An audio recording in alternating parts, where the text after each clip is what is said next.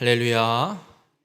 오늘 빌립보서 4장 4절에서 7절까지 말씀을 함께 봤습니다. 오늘 말씀의 제목을 그리스도인의 증거라고 정했습니다.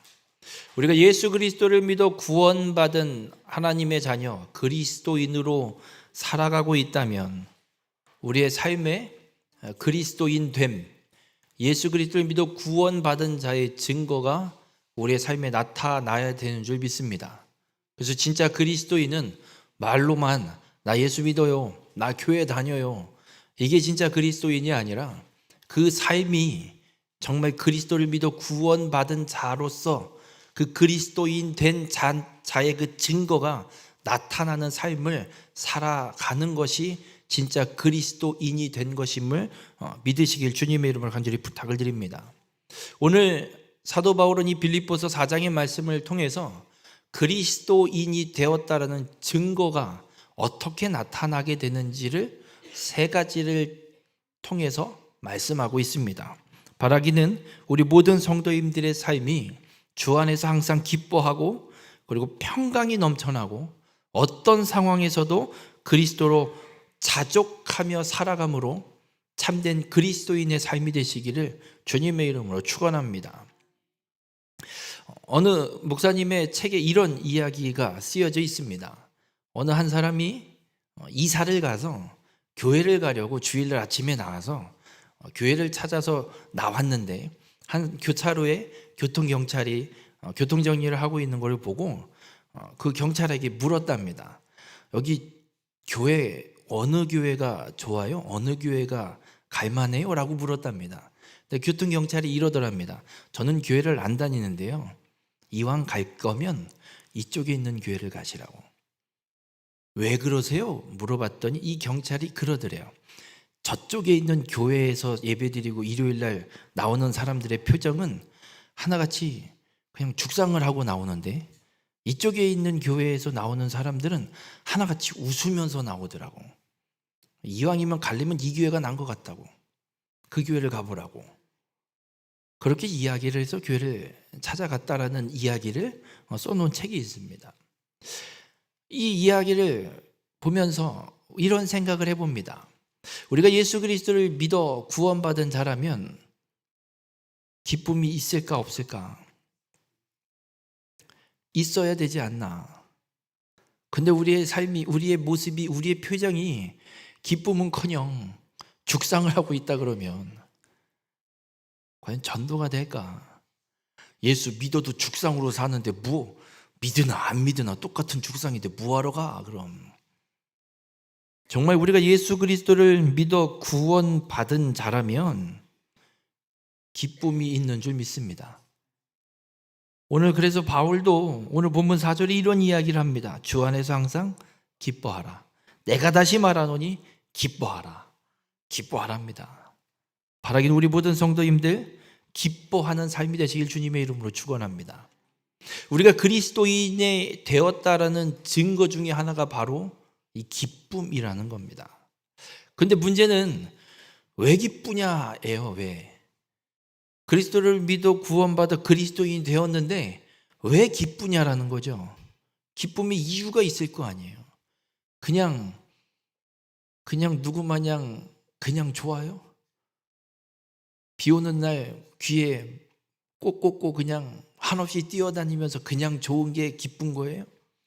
우리가 그리스도인이 되었다라는 건 분명한 이유가 있기 때문에, 그 기쁨에 이유가 있기 때문에 기쁨이 있는 거고, 바울도 그 이유 때문에 기뻐하라고 오늘 선언하고 있습니다. 여러분, 우리의 기쁨의 근원, 그리스도인의 기쁨의 근원은 예수 그리스도를 믿어 구원받은 것 때문에 기쁜 줄 믿으시길 바랍니다. 딴 것 때문에 기쁜 게 아니라 구원받았기 때문에 기뻐하는 겁니다. 베드로전서 1장 8절에서 9절에 보면 이런 말씀이 있습니다. 예수를 너희가 보지 못하였으나 사랑하는도다. 이제도 보지 못하나 믿고 말할 수 없는 영광스러운 즐거움으로 기뻐하니 믿음의 결국 곧 영혼의 구원을 받음이라. 베드로 사도는 분명하게 선언하고 있습니다. 여러분, 우리는 지금 예수를 볼 수 있습니까? 없습니까? 본 적도 없고 볼 수도 없습니다. 지금 그렇죠? 본 적 없잖아요. 지금 2000년 전에 이 땅에 오셨다가 십자가에 죽고 부활하시고 하늘로 올라가셨는데 봤다 그러면 거짓말이죠. 예수를 본 적도 없고 지금도 볼 수 없지만 예수를 사랑하고 예수를 믿고 말할 수 없는 영광스러운 즐거움으로 기뻐한대요. 왜 기뻐하느냐? 믿음의 결국 영혼의 구원을 받았기 때문에. 우리가 그리스도인이 되었다, 그래서 기뻐한다라는 건, 기뻐할 수 있는 건 예수 그리스도를 통해 나의 영혼이 내가 구원받았기 때문에 기뻐할 수 있는 건 줄 믿으시길 바랍니다. 여러분, 우리가 기뻐하는 것 다른 게 아닙니다. 예수 그리스도밖에 없습니다.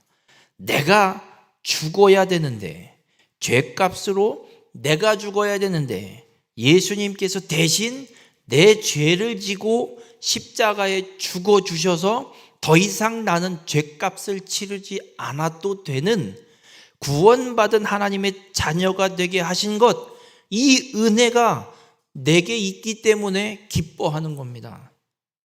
다른 게 아니라 우리 모든 성도님들 오직 예수 그리스도로 기뻐하는 믿음의 성도님들이 되시길 주님의 이름으로 축원합니다.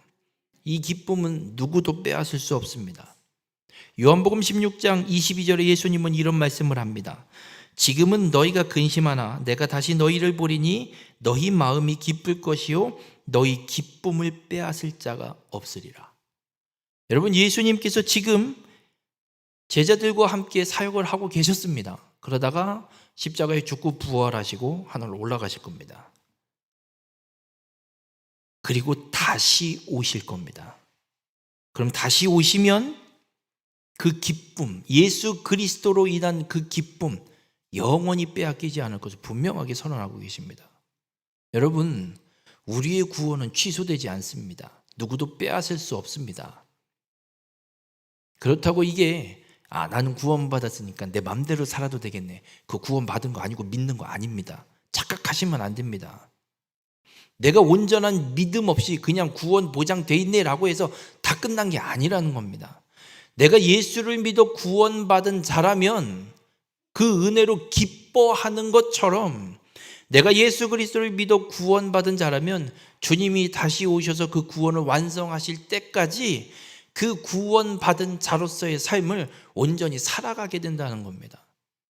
그게 당연한 것이고 우리가 살아가야 될, 구원받은 그리스도인으로 살아가야 될 삶의 길임을 말씀하고 있는 겁니다. 그래서 우리에게는 보장되어 있는 거예요. 구원이 보장되어 있는 거예요. 지금 이 땅에서 언제 죽을지 모르지만 죽을 육신을 갖고 지금 살아가고 있지만 언젠가는 분명 죽을 거지만 우리에겐 한 가지 분명히 보장되어 있는 게 있습니다. 예수 그리스도께서 이 땅에 다시 오시는 그날 부활의 신령한 몸을 입고 영원한 생명을 누리는 하나님 나라에 들어가게 될 것이 보장되어 있고 약속되어 있고 확증되어 있습니다. 이게 취소되지도 않고요, 누가 빼앗지도 못하고요, 이게 어떻게 바뀌지도 않습니다. 이건 하나님의 말씀이기 때문에 무조건 그 말씀대로 이루어질 겁니다. 그것이 우리에게 주어져 있는 구원입니다. 이 구원으로 인해서 우리가 기뻐할 수 있는 겁니다. 우리 모든 성도님들, 우리는 예수 그리스도로 인해 구원받은 자로 이 구원이 취소되지도 않고 누구도 빼앗을 수 없고 완전히 하나님께서 이루어 주실 보증, 확증이 되어 있는 구원받은 자들임을 믿으시고 이 구원의 은혜로 기뻐하는 믿음의 삶이 되시길 주님의 이름으로 축원합니다. 또 하나는 어떤 기쁨이 있냐면 오늘 바울이 이런 이야기를 합니다. 주 안에서 기뻐하라. 여러분, 주 안에서 기뻐할 수 있는 자가 되시길 바랍니다. 여러분, 우리가 구원받은 성도는 그렇습니다. 부활과 영생, 영원한 생명이 보장된 자들입니다. 누구도 빼앗지 못합니다. 취소될 수도 없습니다. 그렇다면 우리가 수많은 문제들을 살면서 맞닥뜨리게 되는데 그 문제가 발생했다고 해서 우리의 구원이 취소되거나 바뀌지 않는다는 겁니다. 가령 예를 들어 갑자기 몸이 아파서 병원을 갔더니 무슨 암 말기 이러면서 온몸에 전이가 돼서 길어야 한 달일 것 같습니다 라는 진단을 받았다고 칠 때 우리의 구원이 바뀔까요? 안 바뀌어요. 근데 우리의 마음은 어떨까요? 한 달밖에 못 삽니다. 어떤 생각, 어떤 마음이 가장 먼저 들까요? 억울한 생각부터 들걸요. 내 지금까지 살아온 세월이 얼만데 이렇게 고생하면서 이렇게 살아왔는데 한 달밖에 못 산다고?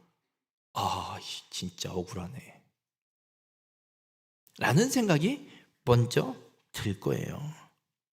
여러분, 문제가 생기면 어떤 일이 벌어지냐면 그 문제가 우리 구원의 기쁨을 삼켜버리는 일들이 벌어질 때가 있다는 거예요. 아니, 그렇게 많이 일어나고 있어요. 그런데 바울은 오늘 이야기해요. 주 안에서 항상 기뻐하라. 근데 이 말을 하고 있는 바울은 지금 어디에 있냐고요? 로마 감옥에 갇혀 있어요. 감옥에 갇힌 사람이 뭐 기쁜 일이 있다고 기뻐하라고. 요즘 주말만 되면 저녁 한 7시 반쯤 되면 전화 한 통화가 와요. 누구한테 오냐면 군대 간 조카한테. 훈련소에 있거든요 지금. 근데 핸드폰을 갖고 들어가요. 요즘에는 아주 좋아졌어요. 그래서 주말에 1시간씩 토요일 일요일 저녁에 7시부터 8시까지 핸드폰을 나눠주고 통화하라고 나눠줘요. 1시간 통화를 하는데 내무실에서 통화를 하니까 시끄러워요. 다들 한 20명이 거기 앉아갖고 다 통화하고 있는 거예요. 그냥 시끌시끌해요. 그러면서 맨날 통화를 해요. 통화를 받고 하는데 이 친구가 심심하죠. 왜냐하면 훈련소에서는요 내무실밖에 못 나가요. 주말에도 내무실밖에 못 나가요. 그냥 앉아 있어야 돼요. 내무실에. 자대리도 갔으면 나가서 연병장 가서 공이나 차든지 뺑뺑이라도 돌든지 달리기라도 하든지 뭘 할 건데, 훈련소에 있는 5주간의 이 기간 동안에는 공휴일이 됐든 무슨 날이 됐든 훈련소 밖을, 이 내무실 밖을 못 나가요. 그냥 화장실만 갔다 오고 내무실에 앉아 있어야 돼요. 얼마나 지겹겠어요? 그죠? 얼마나 지겹겠냐고요. 그러면 제가 조카랑 통화하면서 조카가 기쁠까요? 내가 기쁠까요? 조카가 기뻐요? 갇혀갖고 할 일 없어서 통화하고 있는데? 조카가 그래도 기쁘다고요? 뭘 기뻐요? 얜 지겨워요 지금. 빨리 자대라도 가갖고 나가고 싶어요 지금. 저는요 앉아갖고 아유 불쌍한 놈. 야 내가 군생활 할 땐 이랬는데 야 그래도 넌 좋은 줄 알아라. 야 핸드폰 들고 통화라도 하니 그게 얼마냐. 야 우린 통화도 못했어. 야 이러면서 통화를 해요. 얼마나 지겹겠냐고요. 거기에 갇혀서. 여러분 바울이 지금 감옥에 갇혀 있다고요. 근데 바울이 기쁘겠어요? 감옥에 안 갇혀 있는 빌립보 성도들이 그나마 더 나은 거예요. 누가 더 나아요? 빌립보 성도들이 낫죠. 감옥에 안 가 있잖아요. 자유롭잖아요. 근데 바울은 지금 감옥에 갇혀 있잖아요. 그런데 감옥에 갇힌 자가 감옥에도 안 갇힌 자를 향해서 니들 뭐하냐? 주 안에서 항상 기뻐하라. 내가 다시 말하니 기뻐하라. 거꾸로 된 거 아니에요?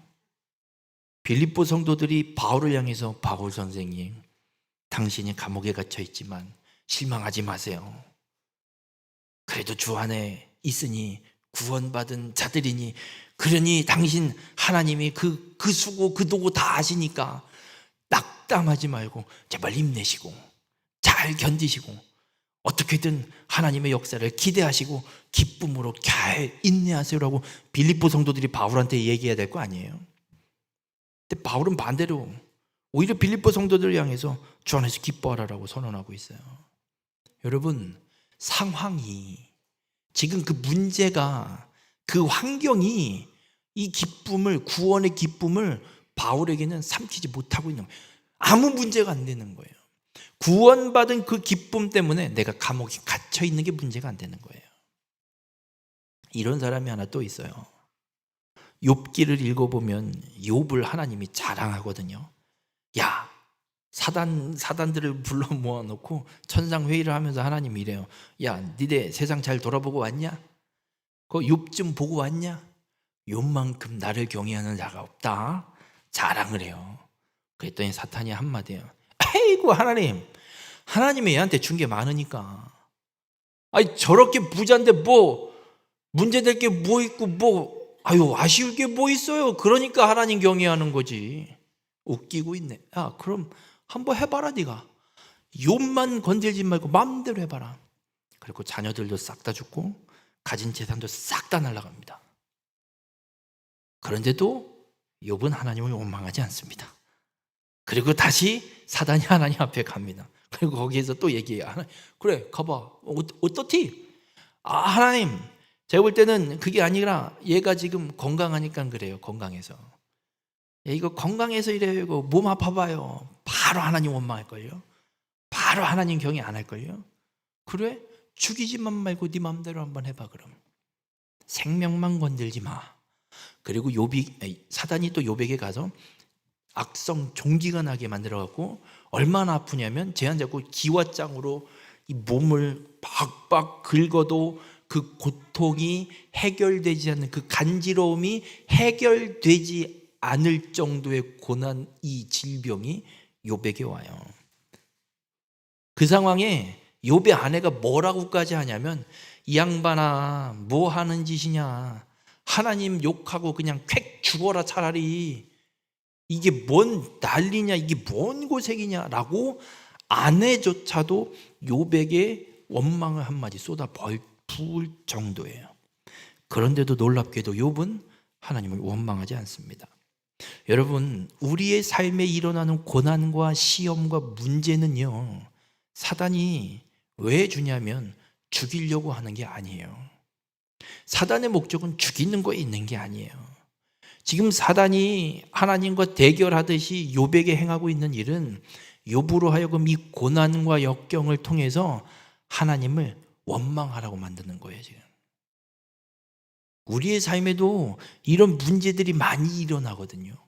예수 그리스도를 믿어 구원받은 우리의 삶에 수많은 문제와 고난과 역경이 발생할 수 있어요. 근데 그것들이 일어나는 이유는 사단이 요구하는 건 이거예요. 야, 하나님 원망해. 하나님 욕하고 그냥 편하게 살아오고 뭐 하는 거냐.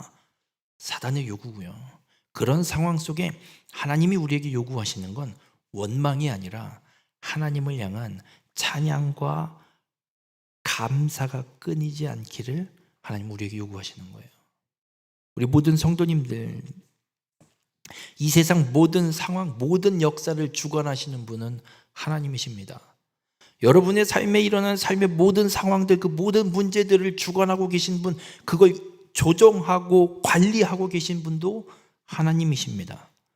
그렇다면 우리의 삶에 일어나는 모든 상황과 환경, 이것이 우리를 구원한 하나님의 그 구원의 은혜에 아무런 영향을 끼치지 못한다는 겁니다. 그렇다면 이런 문제가 발생할 때 여러분은 어떻게 하시겠습니까? 항상 기뻐하시겠습니까? 주 안에서 항상 기뻐하시겠습니까? 아니면 사단의 요구대로 하나님을 원망하고 하나님을 떠나시겠습니까? 바라기는 우리 모든 성도님들의 삶은 모든 상황을 다스리시는 주님만을 의지하는 자가 되셔서 주 안에서 항상 기뻐하는 참된 그리스도인의 삶을 살아가는 우리 모든 성도님들이 되시길 주님의 이름으로 축원합니다. 그럼 문제는 어떤 상황에서도 어떻게 하면 기뻐할 수 있을까요? 정말 여러분, 문제가 닥쳐오면 기쁨이 먼저 올까요? 근심이 먼저 올까요? 근심이 먼저 와요.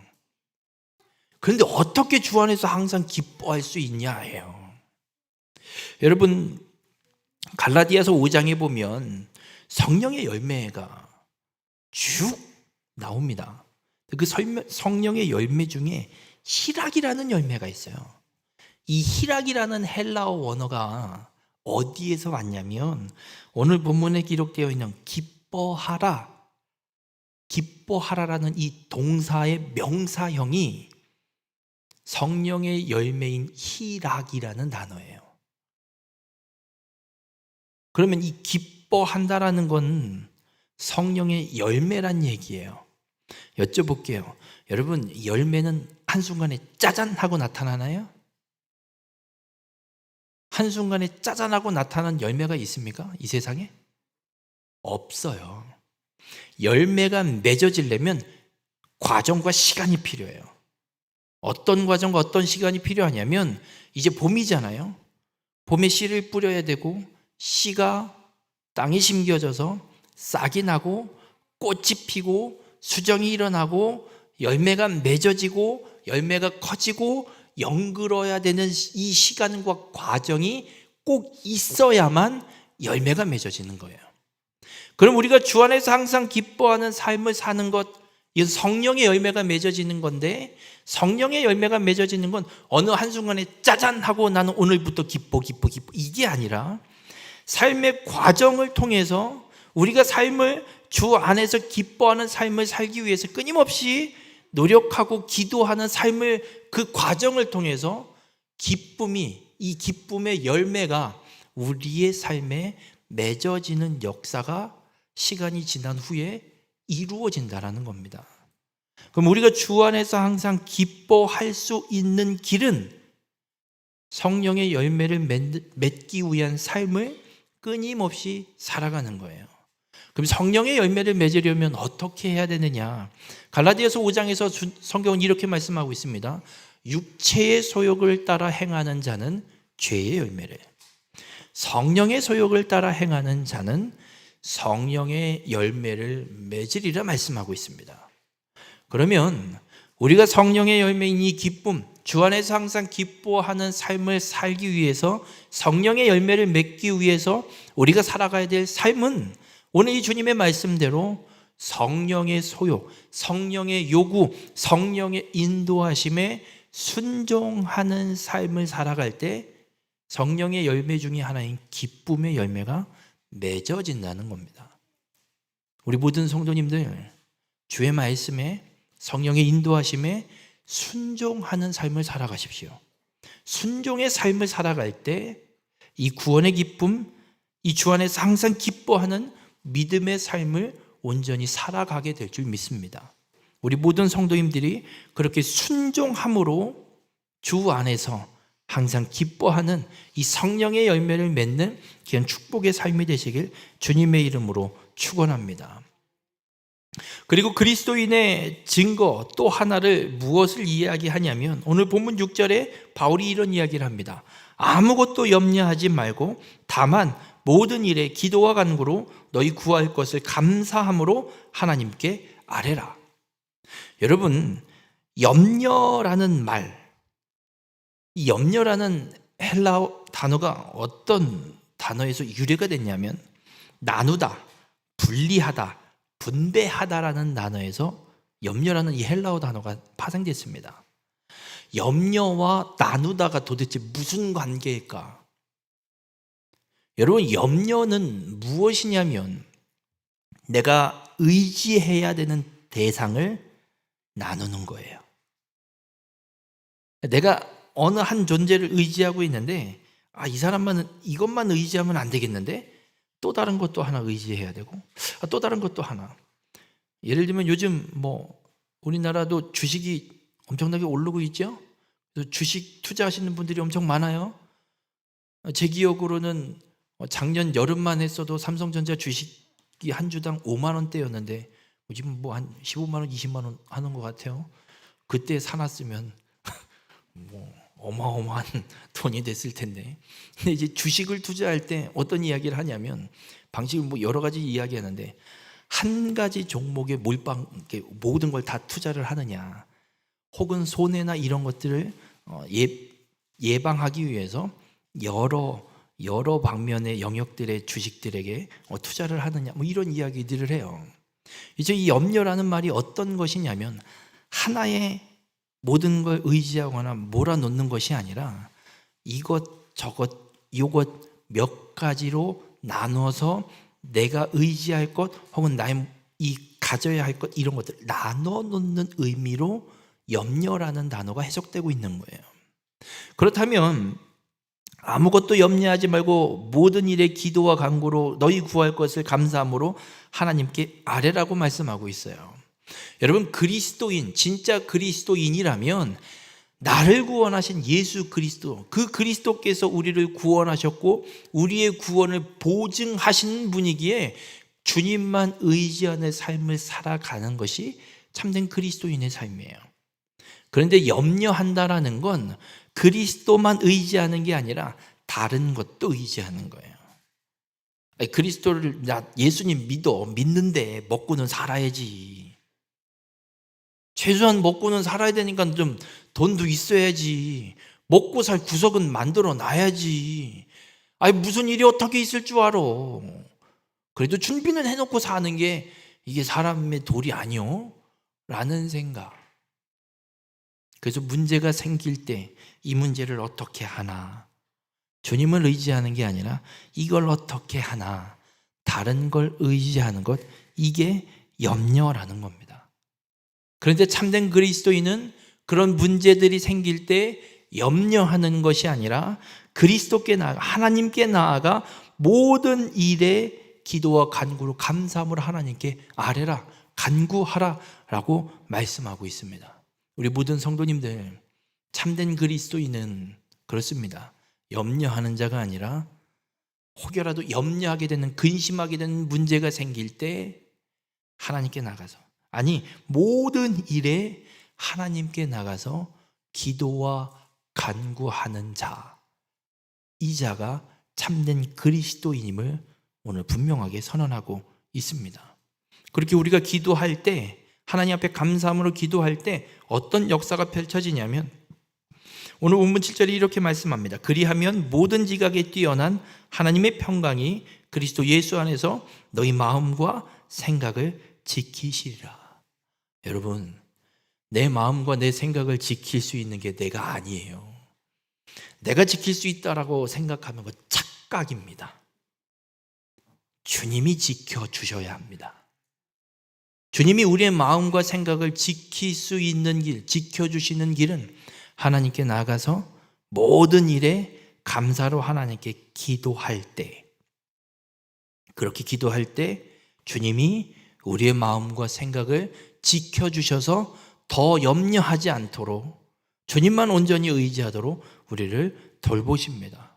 베드로전서 5장 7절에도 이렇게 말씀합니다. 너희 염려를 다 주께 맡기라. 이는 그가 너희를 돌보심이라.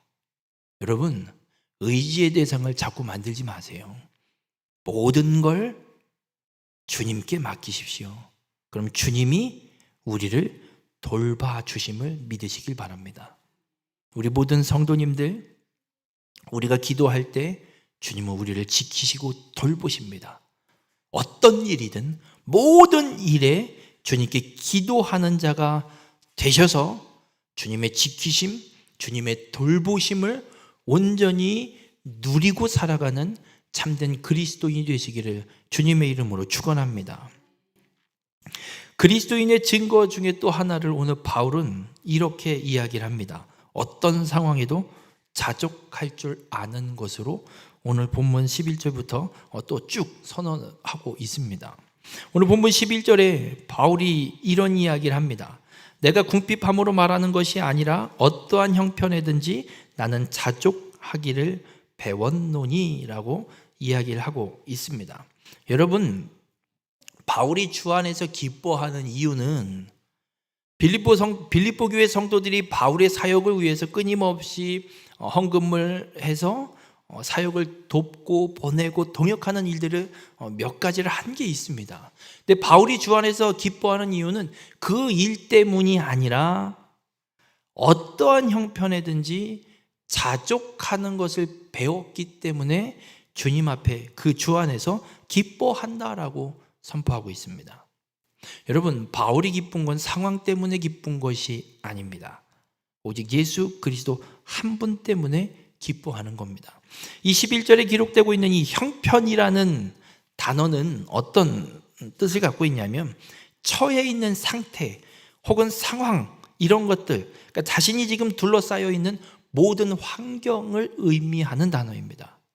그러니까 바울은 어떠한 형편이든지 내가 지금까지 처해오는 모든 상황, 그 모든 환경 속에 자족하기를 배웠대요.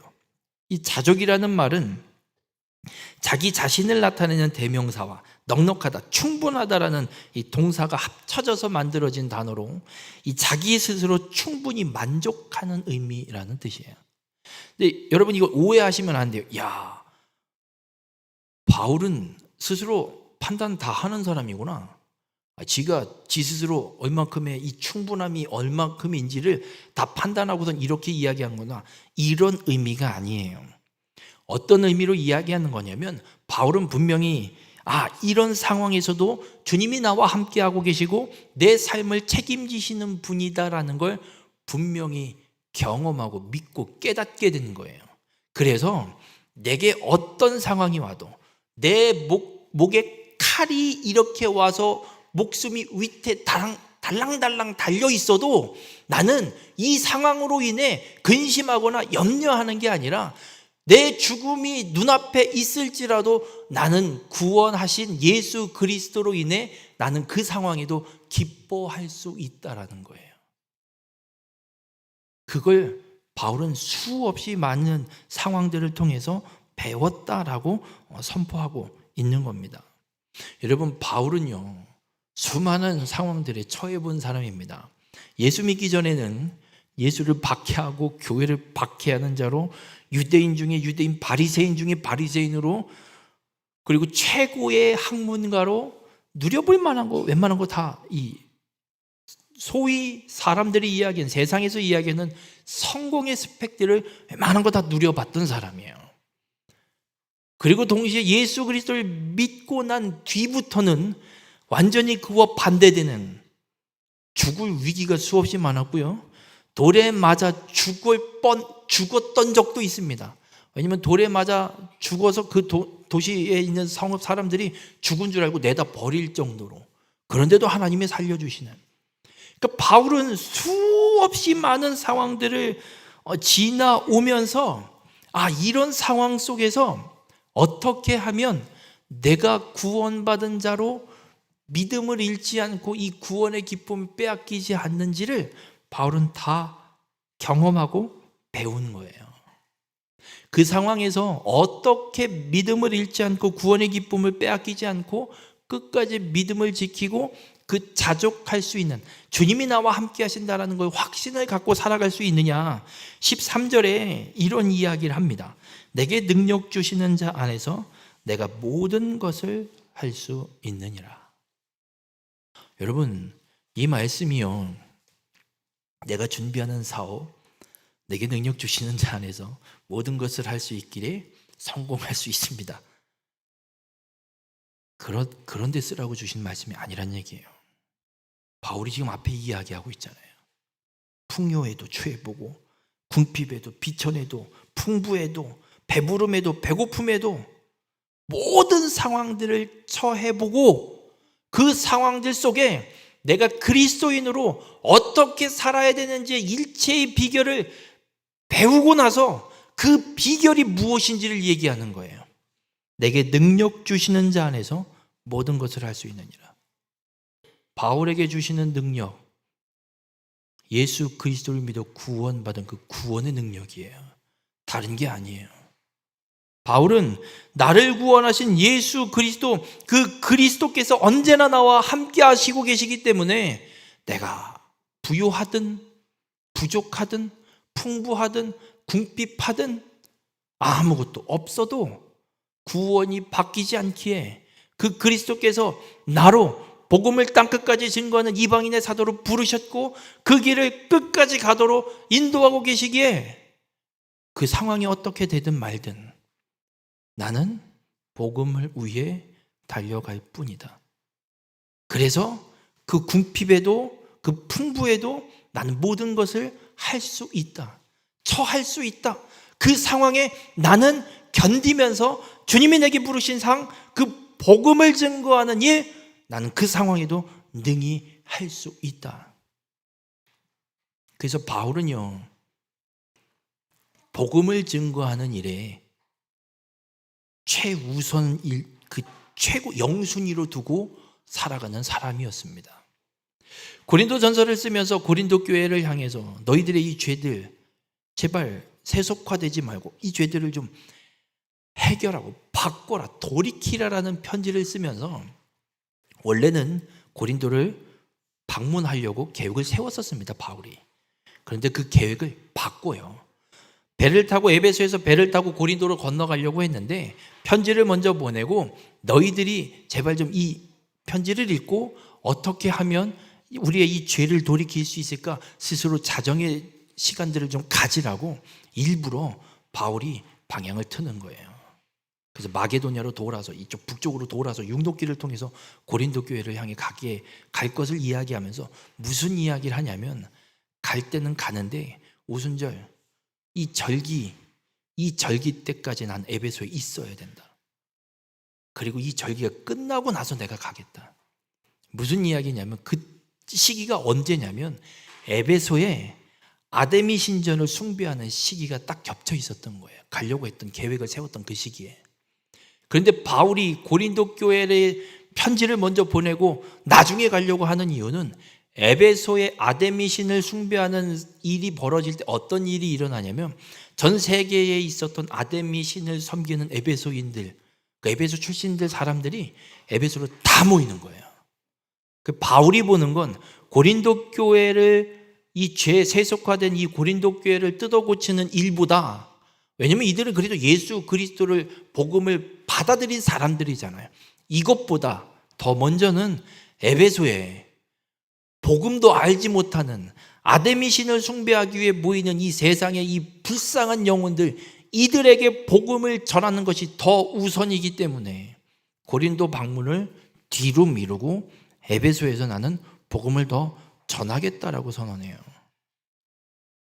여러분, 바울은 그 모든 상황, 어떤 상황에 있어서도 복음을 전파하는 이 일에 최우선을 두고 있는 자예요. 이게 바울이 배운 일체의 비결이에요. 어떤 상황이든, 어떤 환경이 되었든 가장 먼저 내가 할 것은 예수 그리스도 이 십자가의 복음을 증거하는 일. 그래서 어떤 상황에도 자족하면서 복음을 증거하는 이 사명을 끝까지 이루어갈 것을 자기는 결단하고 살아가고 있는 거예요. 이유는 하나예요. 예수 그리스도께서 나와 항상 함께하고 계심을 바울은 확신하고 있기 때문에. 내게 능력 주시는 자 예수 그리스도 안에 바울은 살아가고 있기 때문에 어떤 상황, 어떤 어려움, 어떤 환경이 펼쳐져도 능히 자족하고 그 상황에서도 복음을 전하는 삶을 어떻게 행해야 하는지를 바울은 분명히 알고 있기에 자족하고 있다라고 선언하고 있는 겁니다. 여러분, 우리가 그리스도인이라면 그렇습니다. 바울처럼 자족할 수 있어야 되는 줄 믿으시기 바랍니다.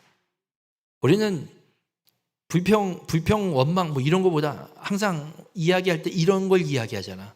뭐도 없고 없는 것부터 이야기하잖아요. 우리는 있는 걸 이야기하는 게 아니라 없는 것부터 얘기를 해요.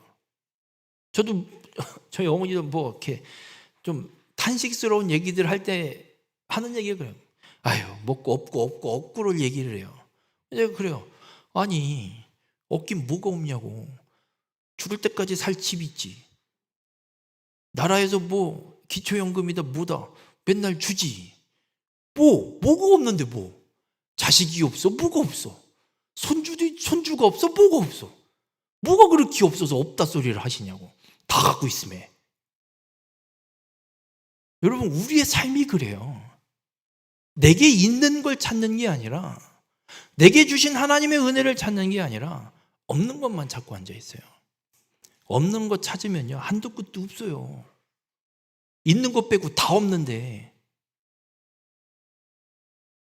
없는 거 언제까지 찾을 거예요? 그리스도인은 그렇습니다. 바울의 이 자족은 그렇습니다.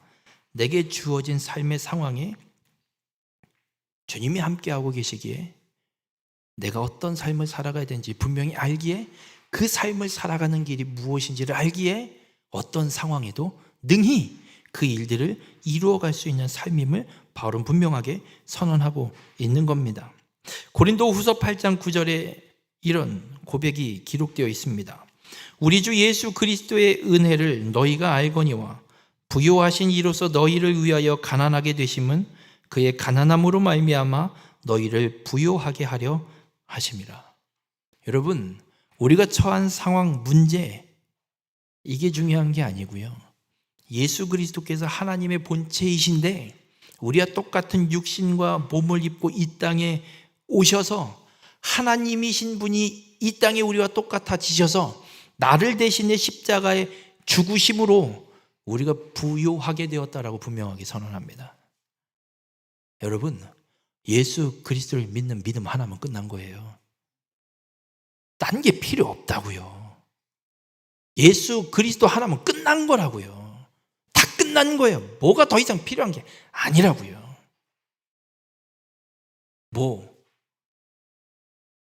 재산이 많아야 된다고요? 아니요, 다 필요 없어요. 예수 그리스도, 그 믿는 믿음, 그 하나면 구원은 끝난 거예요. 우리 모든 성도님들, 그리스도께서 십자가의 대속의 죽음으로 우리에게 부활의 영광을 보증해 주셨습니다. 약속해 주셨습니다. 이 사실을 믿는 자들이 되시길 바라고, 이 은혜로 어떤 상황에도 자족하며 살아가는 참된 그리스도인이 되시길 주님의 이름으로 축원합니다. 우리 모든 성도님들, 우리가 그리스도인이 된 것 이 자체가 은혜입니다. 다른 것이 중요한 게 아니라 이 은혜로 기뻐할 수 있고, 이 은혜가 우리의 마음과 생각을 지켜주십니다. 우리 모든 성도님들이 이 은혜로 자족하는 삶을 살아가시기를 주님의 이름으로 간절히 부탁을 드립니다. 그렇게 우리 모든 성도님들 주 안에서 항상 기뻐하시고, 주 안에서 항상 간구하고 주만을 의지함으로 평강을 누리시고, 그 그리스도의 구원의 은혜로 어떤 상황에도 자족할 수 있는 참된 그리스도인의 삶을 살아가는 우리 모든 성도님들이 되시길 주님의 이름으로 축원합니다. 기도하시겠습니다. 사랑의 하나님, 우리의 기쁨이 상황과 환경에 있지 않고 오직 우리를 구원하신 예수 그리스도께 있음을 깨닫게 하여 주시니 감사를 드립니다. 십자가의 은혜로 구원받은 이 놀라운 사랑이 우리의 기쁨의 근원이 되게 하여 주시옵소서. 상황이 변해도, 문제가 생겨도 구원의 기쁨을 빼앗지 못함을 잊지 않게 하여 주시옵소서. 고난이 찾아올 때 우리는 염려할 때가 많습니다. 이제는 말씀대로 염려가 아니라 기도의 자리를 찾게 인도하여 주시옵소서. 모든 일에 하나님만을 의지함으로, 감사함으로 간구하게 하시고, 모든 지각에 뛰어난 하나님의 평강이 우리의 마음과 생각을 지켜 주시옵소서. 육체의 소욕을 따르지 않게 하시고 성령의 인도하심에 순종하는 삶을 통해 주 안에서 항상 기뻐하는 참된 그리스도인의 삶이 되게 인도하여 주시옵소서. 우리의 삶에 어떠한 상황이 처하게 될지라도 구원의 은혜에 감사하며 자족할 수 있는 믿음의 삶이 되게 인도하여 주시옵소서. 우리의 삶이 그렇게 기쁨과 평강과 자족으로 그리스도인의 증거를 나타내는 통로가 되게 인도하여 주시옵소서. 세상이 우리를 통해 주님을 보게 하시고 우리의 삶을 통해 하나님께 영광 돌리는 귀한 축복의 통로가 될 수 있도록 주님 함께하여 주시옵소서. 이 모든 말씀 우리를 구원하신 예수 그리스도의 이름으로 기도드렸습니다. 아멘.